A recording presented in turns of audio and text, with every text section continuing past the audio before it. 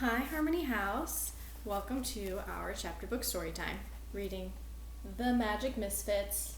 Today we're going to be reading chapter 10. So, once again, what I want from you is to just find a cozy spot in your house, somewhere where you can relax, grab your favorite stuffed animal, your favorite blanket, your favorite pillow, get nice and cozy, so that you can just listen to the story and give your body a chance to relax. So, to recap, yesterday we read chapter 9, and in chapter 9, Carter has really started to become friends with Layla and Theo and Ridley, and he's never had friends like this before, so he's very excited, and he doesn't want to mess it up, and he's afraid to tell them about his situation in life, about the fact that he's homeless and, his parents disappeared and he doesn't have money or food or a place to sleep, because he's embarrassed about those things, and he's afraid that if he tells them that they won't want to be his friend anymore. What do you think? Do you think they wouldn't want to be his friend anymore? Do you think that Carter should tell them the truth, or that he should keep it a secret? Well, let's find out what happens. Right now they are at Bazo's carnival, and they were just playing the carnival games and won a ginormous pink flamingo.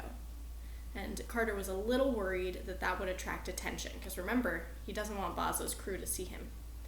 All right, here we go, chapter 10.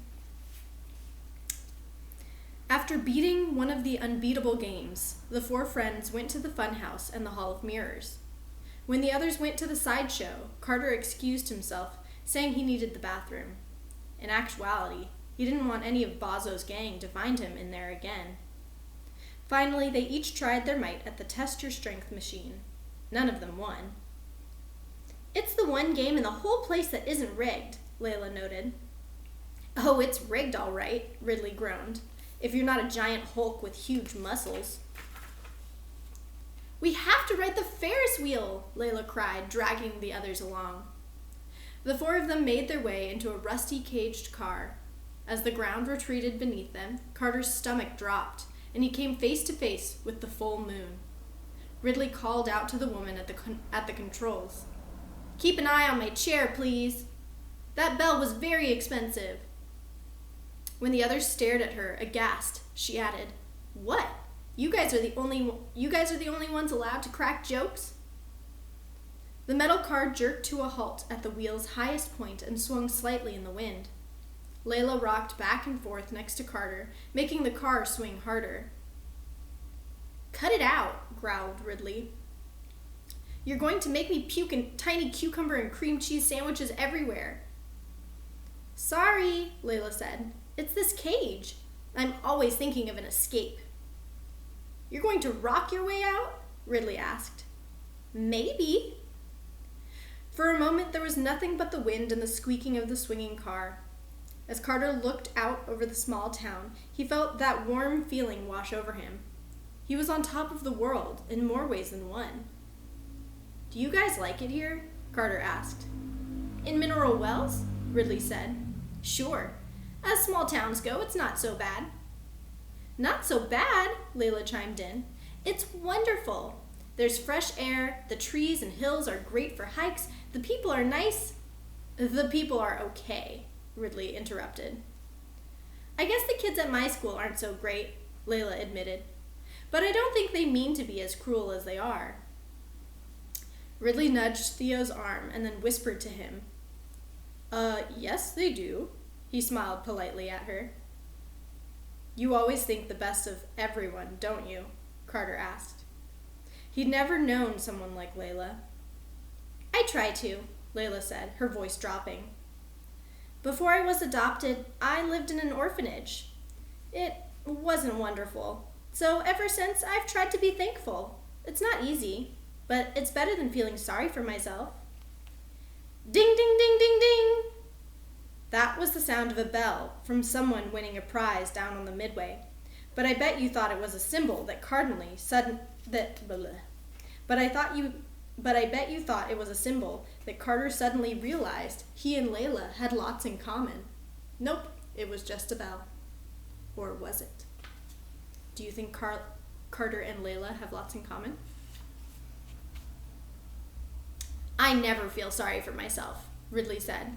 Whenever I'm angry or frustrated or lonely, I put the energy into something constructive, like practicing magical transformations. After the Ferris wheel, they regrouped in the center of the midway as crowds of people pushed around them. Theo checked his watch. We have time for one more activity before the big top show begins. Maybe your parents will be there, Carter, said Ridley. Everyone loves a big top show. Your parents? Layla asked. I thought... Flustered, Carter blurted out, Oh, well, I mentioned to Ridley that we're staying at the resort up on the hill. He wiped sweat from his forehead. Stupid, he thought. If they find out I lied, they'll never talk to me again. But none of that's important right now. He hated to flash Uncle Sly's smile at them, but he didn't know what else to do. I think Theo's right. Let's get out of this horde and find somewhere else to go.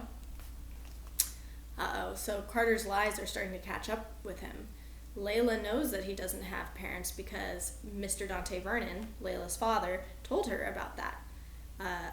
But Carter told Ridley that he does have parents and that they're staying at the hotel.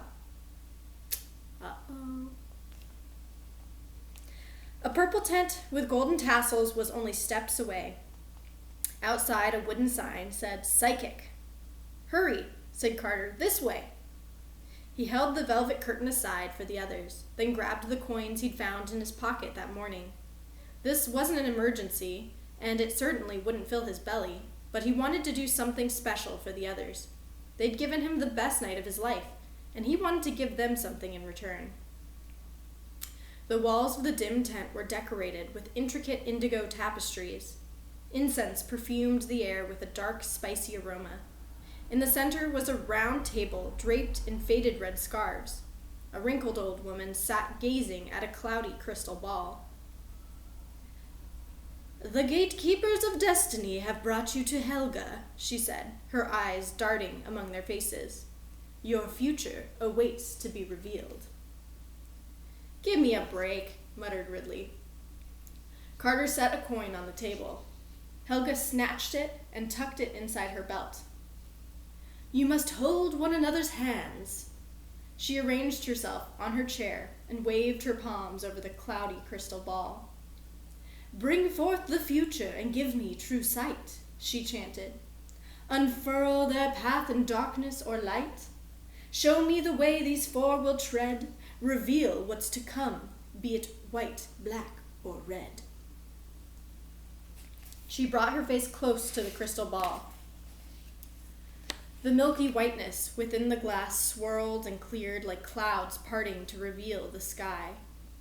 Helga's eyes froze, transfixed. I see. She bent closer. A new friendship has formed among you. One of you is a traveler. One of you has great advantage. Another has terrible hardships. And the last of you has much love to share. But each of you has a long road ahead. It will be hard at times, but if you work together and stay true to one another, nothing will bar you. Alone, you are weak.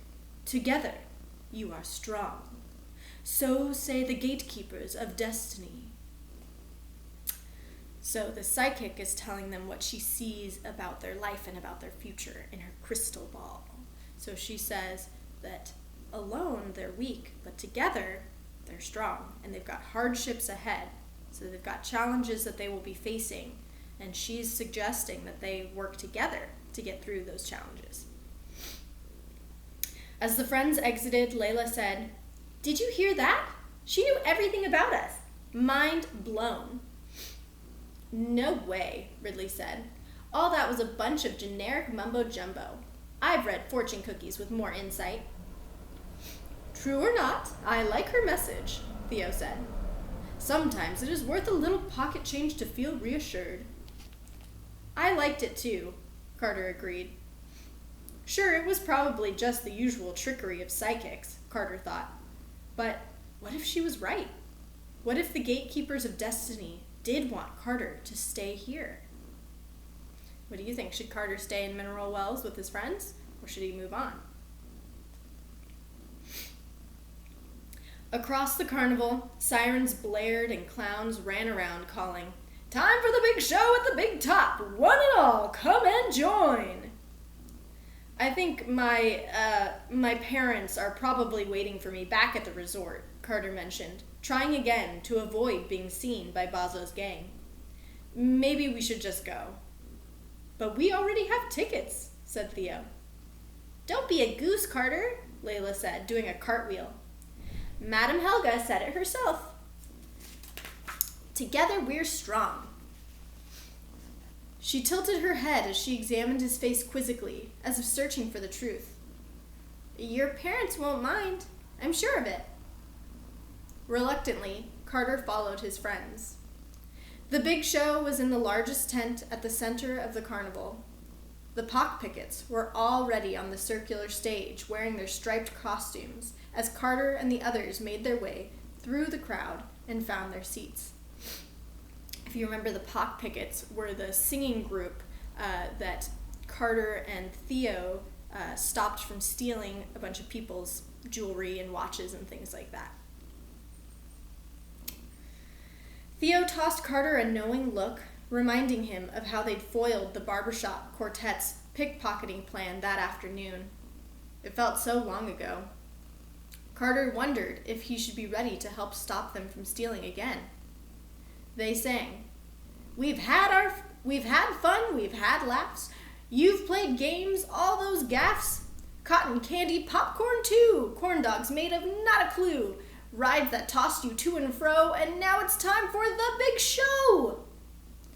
As they sang, the pockpickets made a human arch, one pair of them standing on the shoulders of the other two and pressing their palms together. The night's caboose is the best part. You fed the horse, now here's the cart.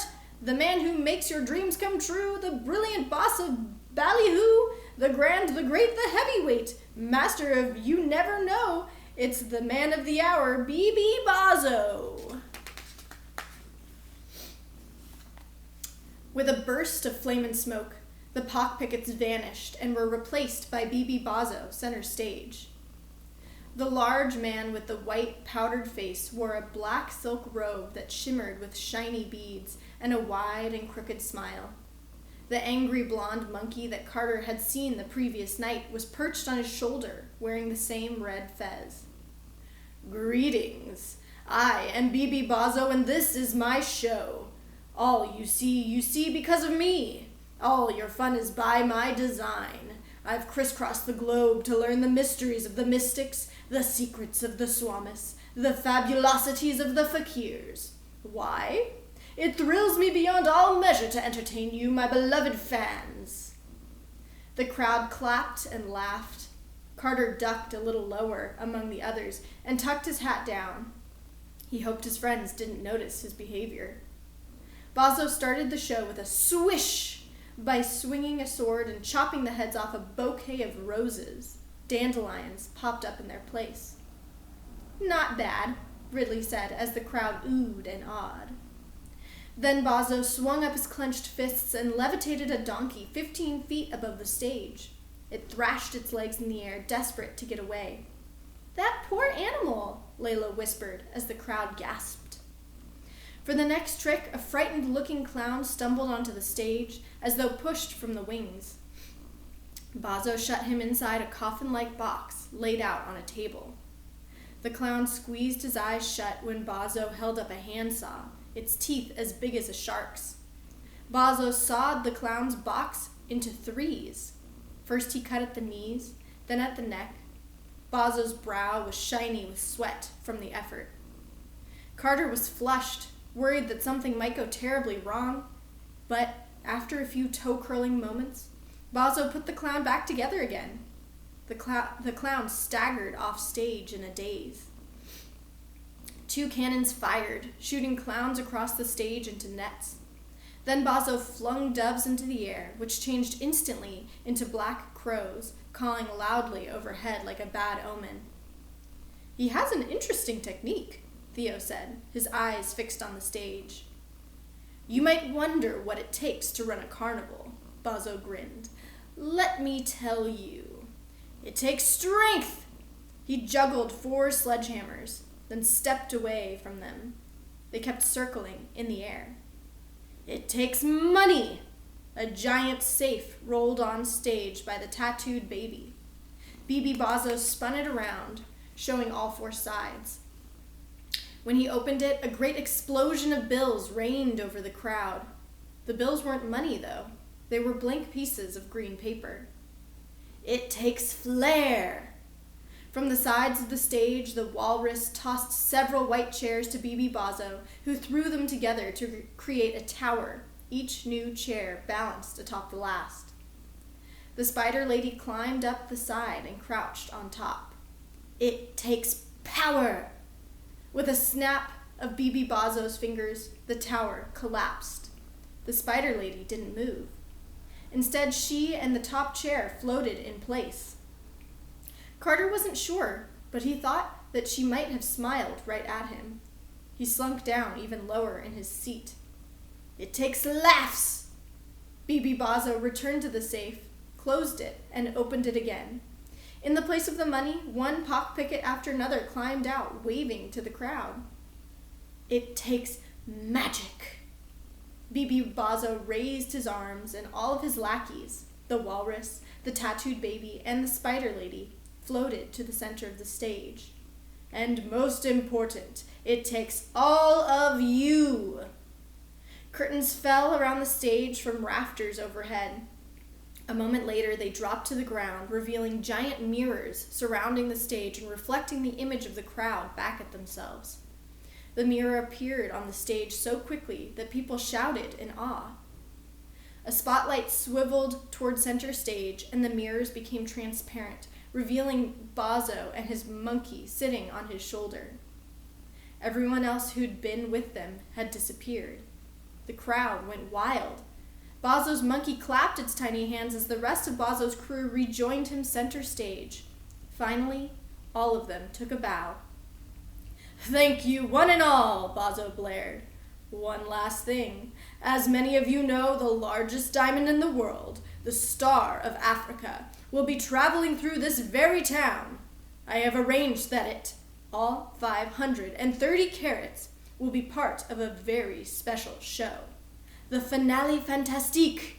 Tomorrow night at the Grand Oak Resort. Please come, invite your friends, and be prepared for my most amazing feat yet. Good night, and thank you." The spotlight flickered out for a brief moment, and they came up fully again, but Bozzo and his gang had vanished from the stage. And that is the end of our chapter.